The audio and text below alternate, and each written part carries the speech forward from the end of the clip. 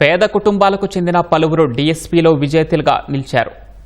కష్టాలు ఎదురైనా అధిగమించి లక్ష్యం సాధించారు. అనంతపురం జిల్లా ఉరవకొండకు చెందిన సునీల్ పాఠశాల స్థాయి నుంచి ఫుట్బాల్ క్రీడలో రాణిస్తూ రెండో ప్రయత్నంలో డీఎస్సీ సాధించాడు. తండ్రి మృతి చెందగా తల్లి అన్నీ తానై చదివించారు. కఠోర సాధనతో విజయం సాధించినట్లు సునీల్ చెబుతున్నాడు. తన ఇద్దరు పిల్లలు ఉపాధ్యాయులు కావడంతో ఆ తల్లి ఆనందానికి అవధులు లేకుండా పోయాయి. 10th క్లాస్ వరకు గవర్నమెంట్ స్కూల్లో చదివాను. ఇంటర్మీడియట్ కూడా గవర్నమెంట్ కాలేజే, డిగ్రీ కూడా గవర్నమెంట్ కాలేజే, బీపీడీ కూడా నేను గవర్నమెంట్ కాలేజ్ సీట్ వచ్చింది నాకు. ఎంపీడీ ఇచ్చి ఇక్కడ రాయలసీమ యూనివర్సిటీలో కాలేజ్ చేసినాను. అక్కడ ఇప్పుడు 2018 డిఎస్సీ రాసినాను, రాలేదు నాకు. సో ఎలాగైనా నేను కష్టపడి సాధించాలనే ఉద్దేశంతో ఈ 25 నోటిఫికేషన్ డిఎస్సీలో దాదాపు ఒక 3-4 ఇయర్స్ నుంచి కూర్చున్నాను ఈ డిఎస్సీ కోసము.